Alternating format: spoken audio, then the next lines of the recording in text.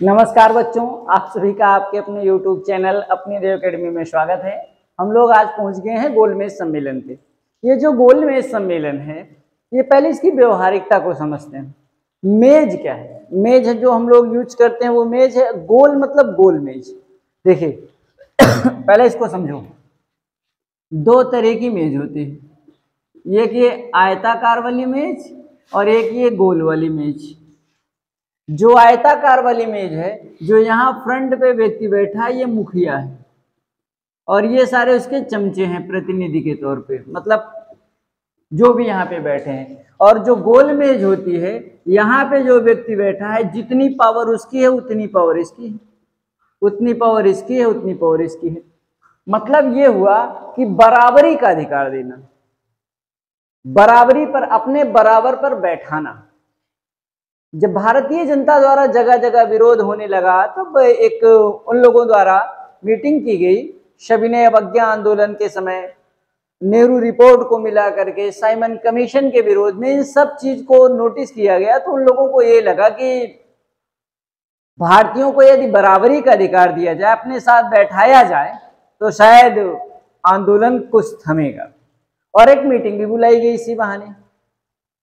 जैसे आप समझिए, पार्टी में गए हो, न्योता वोता में गए हो, तो वहां पे देखोगे कि एक इस तरह की गोल गोल मेज लगी होती है। वहां पर गोल मेज का मतलब जितना यहाँ पे व्यक्ति अहमियत रखता है, उतना यहाँ पे, मतलब बराबरी का अधिकार देना। दो लड़के लड़कियां है ना, या कई चार मित्र इस तरह की मेज पे अगर पार्टी कर रहे हैं, तो उसका मतलब वो सब बराबर है। और इस तरह की मेज ये प्रिंसिपल और ये सारे टीचर हैं, अध्यापक, इस चीज की सूचना दी जाती है। तो यानी कि जो वहां पर मीटिंग बुलाई गई, पहली बार अंग्रेजों के बराबर भारतीयों को बैठाया गया। और एक एक मीटिंग नहीं हुई रही, भारत में एक मीटिंग नहीं, इसकी तीन तीन मीटिंग बुलाई गई। पहली वाले में तो कांग्रेस गया ही नहीं, कांग्रेस वाले गए ही नहीं। तो यही हाल हो गई ना बिन दूल्हे की बारात। आजकल के समय में जो ये सत्र चल रहा है, वो कांग्रेस मुखिया है और कांग्रेस जा ही नहीं रही है, तो बिन दूल्हे की बारात जैसे हालात हो गए। लोगों ने ये कहा कि ये तो ऐसी बारात आई है भारतीयों की, जिसमें दूल्हा ही नहीं है, सब नाचने गाने वाले हैं, बैंड बजाने वाले हैं, है ना। इस तरह की बातें कही गई। ठीक, आइए हम इसमें बात करते हैं प्रथम गोलमेज सम्मेलन की। गोलमेज सम्मेलन में हम लोग क्या बात करेंगे? सबसे पहले प्रथम गोलमेज सम्मेलन की। जो प्रथम गोलमेज सम्मेलन हो रहा है, लंदन में होगा। लंदन में कहा? सेंट जेम्स पैलेस में होगा। रैमजे मैकडोनाल्ड की अध्यक्षता में होगा, है ना। जॉर्ज पंचम उसका उद्घाटन करने आएंगे। भारतीय वायसराय लॉर्ड इरविन है। इन तमाम चीजों को हम लोग क्रम से देखते हैं। आइए बात करते हैं।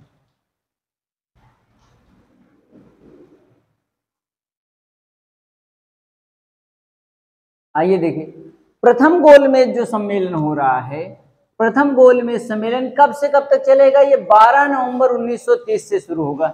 इसकी शुरुआत कब होगी? 12 नवंबर 1930 से। 12 नवंबर 1930 से ये 1931 तक जनवरी में चलेगा। इसको यहां पे लिख देते हैं। इसका समय अगर हम बात करें, 12 नवंबर 1930 से लेकर के 19 जनवरी 1931 तक। 12 जनवरी, 12 नवंबर, क्या हो रहा है दिमाग में, 12 नवंबर 1930 से 19 जनवरी 1931 तक।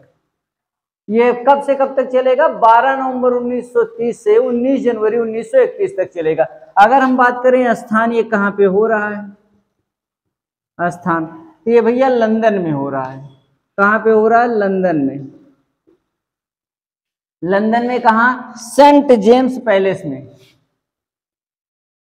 सेंट जेम्स पैलेस में। लंदन में कहाँ हो रहा है? सेंट जेम्स पैलेस में। और इसका उद्घाटन कौन करेगा? ब्रिटिश सम्राट जॉर्ज पंचम का उद्घाटन, ब्रिटिश सम्राट उद्घाटन करेंगे। ब्रिटिश सम्राट, ब्रिटिश सम्राट जॉर्ज पंचम। अच्छा, इस समय ब्रिटिश प्रधानमंत्री कौन है? प्रधानमंत्री रैमजे मैकडोनाल्ड।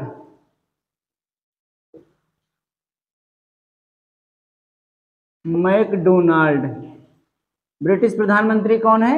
Ramsay MacDonald. और भारत का वायसराय कौन है?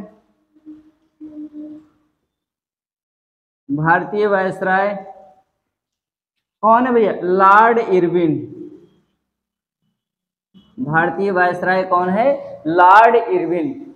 जी हाँ, भारतीय वायसराय की हम बात करते हैं तो कौन है इस समय? लॉर्ड इरविन महोदय हैं।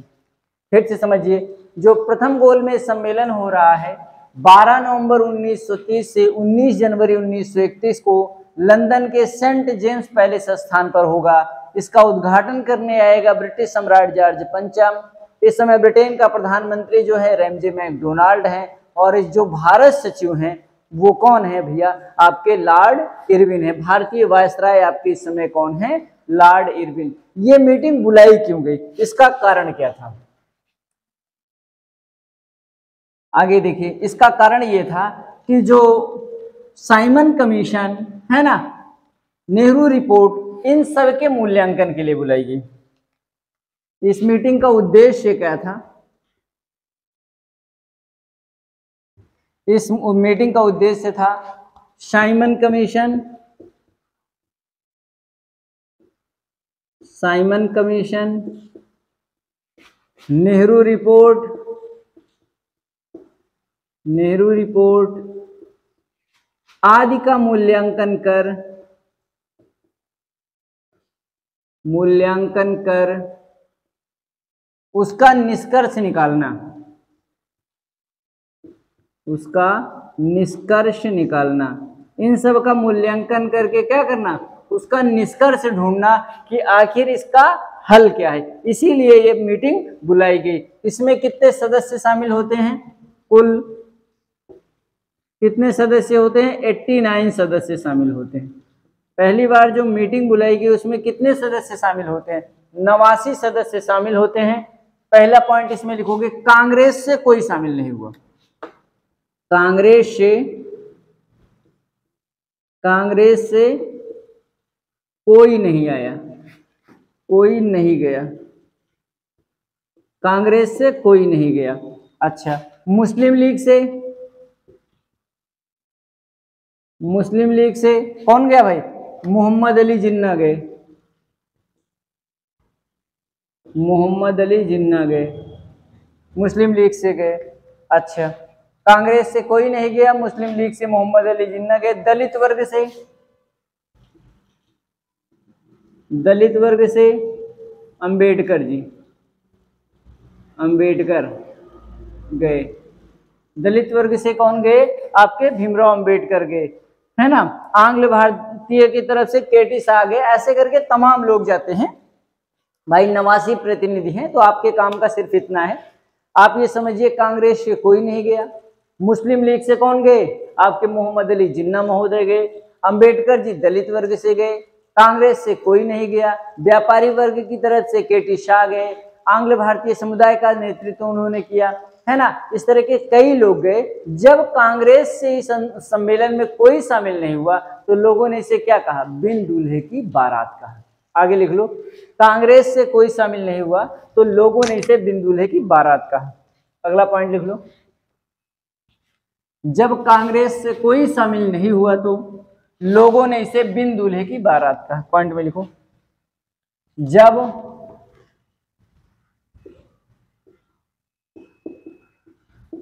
कांग्रेस से कोई शामिल नहीं हुआ, कोई शामिल नहीं हुआ तो लोगों ने इस सम्मेलन को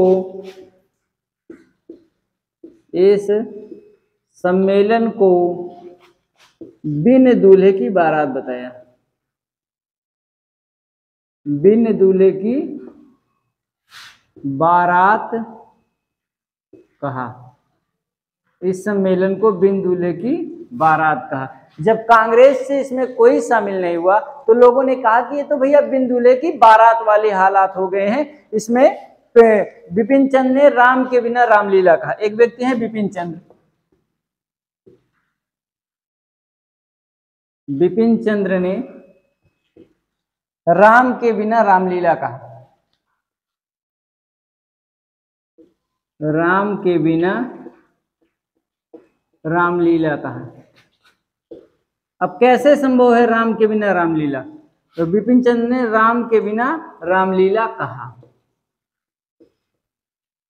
तो किस गोलमेज सम्मेलन को बिपिन चंद्र ने राम के बिना रामलीला कहा? प्रथम गोलमेज सम्मेलन को, आम जनता द्वारा प्रथम गोलमेज सम्मेलन को क्या कहा गया? बिन दूल्हे की बारात कहा गया। कांग्रेस की तरफ से कौन शामिल हुआ? कोई शामिल नहीं हुआ। मुस्लिम लीग की तरफ से जिन्ना बाबू गए और दलित वर्ग की तरफ से कौन गए? अंबेडकर जी गए। इस तरह से प्रथम गोलमेज सम्मेलन पूरी तरह से असफल रहा। प्रथम गोलमेज सम्मेलन की असफलता को देखते हुए इरविन और गांधी के मध्य 5 मार्च 1931 को, कब? 5 मार्च 1931 को गांधी इरविन समझौता होगा। अगली हेडिंग हम लोग चाहे तो गांधी इरविन समझौता कर लें या फिर जो है हम लोग द्वितीय गोलमेज सम्मेलन करें, ज्यादा अच्छा रहेगा। हम लोग पहले पढ़ें गांधी इरविन समझौता, क्योंकि जो द्वितीय गोलमेज सम्मेलन होगा वो गांधी इरविन समझौता हुए बिना होगा नहीं। फिर उसके बाद तृतीय गोलमेज सम्मेलन होगा। तृतीय गोलमेज सम्मेलन से पहले सांप्रदायिक पंचाट यानी कि पूना समझौता होगा। आइए आगे देखते हैं जी। और वायसराय लॉर्ड इरविन के मध्य हो रहा है। देखिए गांधी इरविन समझौते की जरूरत क्यों पड़ रही है? प्रथम गोलमेज सम्मेलन में जब कांग्रेस की तरफ से कोई नहीं गया तो लोगों ने इसको क्या कह दिया? बिन दूल्हे की बारात, बिना राम की रामलीला। ऐसी उपाधियां किसको मिली? प्रथम गोलमेज सम्मेलन को मिली। इस वजह से जो तत्कालीन भारत का वायसराय लॉर्ड इरविन था उसने कहा अगर हम कांग्रेस यानी गांधी जी को मिला लें तो कांग्रेस भी गोलमेज सम्मेलन में सम्मिलित हो जाएगी और ये जो सविनय अवज्ञा आंदोलन चल रहा है ये भी शांत हो जाएगा यानी समाप्त हो जाएगा। तो इस गोलमेज सम्मेलन की असफलता के बाद क्या हो रहा है? गांधी इरविन समझौता हो रहा है। इसमें लिखो प्रथम गोलमेज सम्मेलन की असफलता के बाद, इसमें लिखोगे, हम नोट्स बनवा रहे हैं ना, प्रथम गोलमेज सम्मेलन की असफलता के बाद, प्रथम गोलमेज सम्मेलन की असफलता के बाद लॉर्ड इरविन ने गांधी जी से समझौता करना चाहा। गांधी जी से समझौता करना चाहा।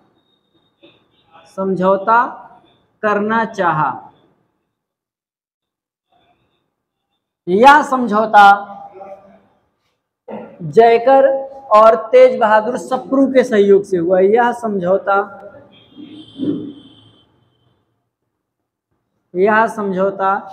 एक एमएस जयकर व्यक्ति थे, एमएस जयकर प्लस सप्रू यानी तेज बहादुर सप्रू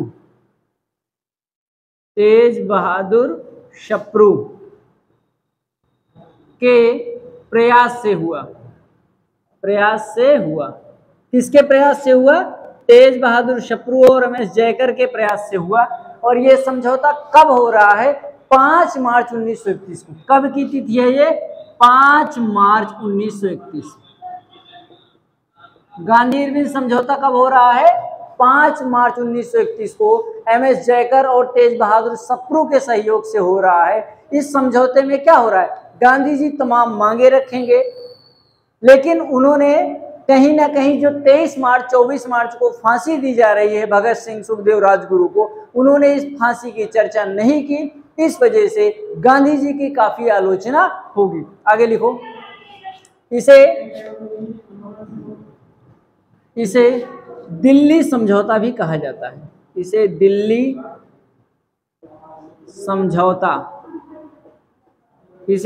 समझौता भी कहा जाता है। दिल्ली समझौता किसके किसके मध्य हो रहा है?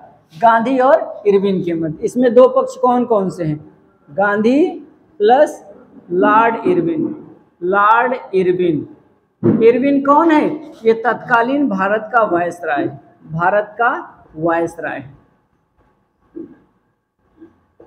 तत्कालीन भारत का वायसराय है। इसके मध्य यानी कि लॉर्ड इरविन और गांधी जी के मध्य 5 मार्च 1931 ईस्वी को क्या हो रहा है? इरविन समझौता होगा। इस समझौते में गांधी जी ने तमाम बातें रखी, लेकिन जो 24 मार्च को फांसी दी जा रही है उसकी चर्चा गांधी जी ने नहीं की, यानी इरविन से फांसी माफ करने जैसी किसी भी बात को नहीं कहा। इस वजह से गांधी जी की काफी आलोचना हुई, लोगों ने गांधी जी का काफी विरोध किया। अंततः जब द्वितीय गोलमेज सम्मेलन होता है, उस गोलमेज सम्मेलन में कांग्रेस की तरफ से प्रतिनिधित्व कौन करेंगे? गांधी जी ही करेंगे। इस समझौते में, अगला पॉइंट लिख लो, इस समझौते में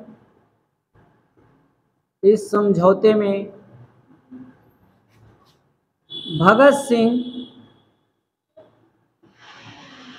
सिंह आदि, जो भगत सिंह के साथ सुखदेव राजगुरु सुखदेव थे, इन भगत सिंह आदि के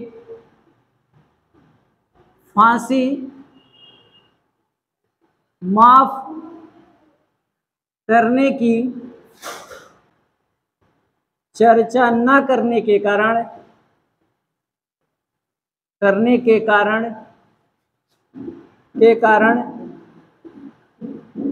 गांधी जी का बहुत विरोध हुआ।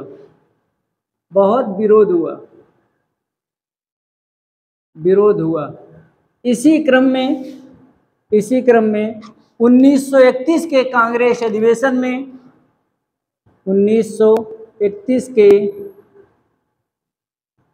कांग्रेस अधिवेशन में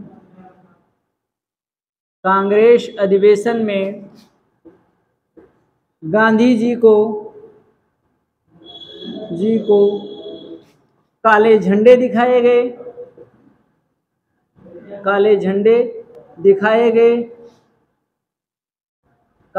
दिखाए गए तथा विरोध किया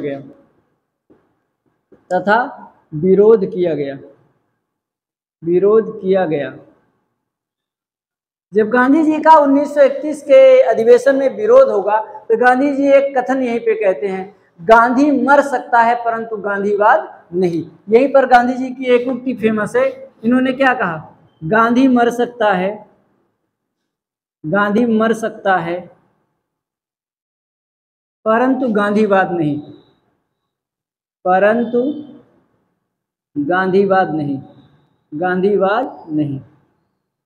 ये कथन आपसे कई परीक्षाओं में पूछा गया है कि कांग्रेस के किस अधिवेशन में महात्मा गांधी जी ने कहा था कि गांधी मर सकता है परंतु गांधीवाद नहीं। ये 1931 का जो कांग्रेस अधिवेशन हो रहा है, ये इसी अधिवेशन में गांधी जी ने कहा था कि गांधी मर सकता है परंतु गांधीवाद नहीं। आगे देखिए, 1931 का जो ये अधिवेशन हो रहा है, इसके अध्यक्ष कौन है? अध्यक्ष 1931 के कांग्रेस अधिवेशन के अध्यक्ष कौन है? सरदार पटेल हैं। और ये कहाँ पे हो रहा है भैया? ये कराची में हो रहा है। स्थान कौन सा है? ये कराची है, कराची नामक स्थान पर होगा। और इसी अधिवेशन में मौलिक अधिकार की बात कही गई थी। कांग्रेस के किस अधिवेशन में मौलिक अधिकार और मौलिक कर्तव्य की चर्चा की गई थी? इसी अधिवेशन में चर्चा की गई थी। आगे देखिए एक बार फिर से, 1931 का जो कांग्रेस अधिवेशन होगा उसकी अध्यक्षता किसने की थी? आपके सरदार पटेल ने की थी। और इसी अधिवेशन में गांधी जी ने कहा था गांधी मर सकता है परंतु गांधीवाद नहीं। ठीक है दोस्तों, आज की क्लास सिर्फ इतना ही, आगे की क्लास अगले वीडियो में। नमस्कार दोस्तों, जय हिंद, जय भारत।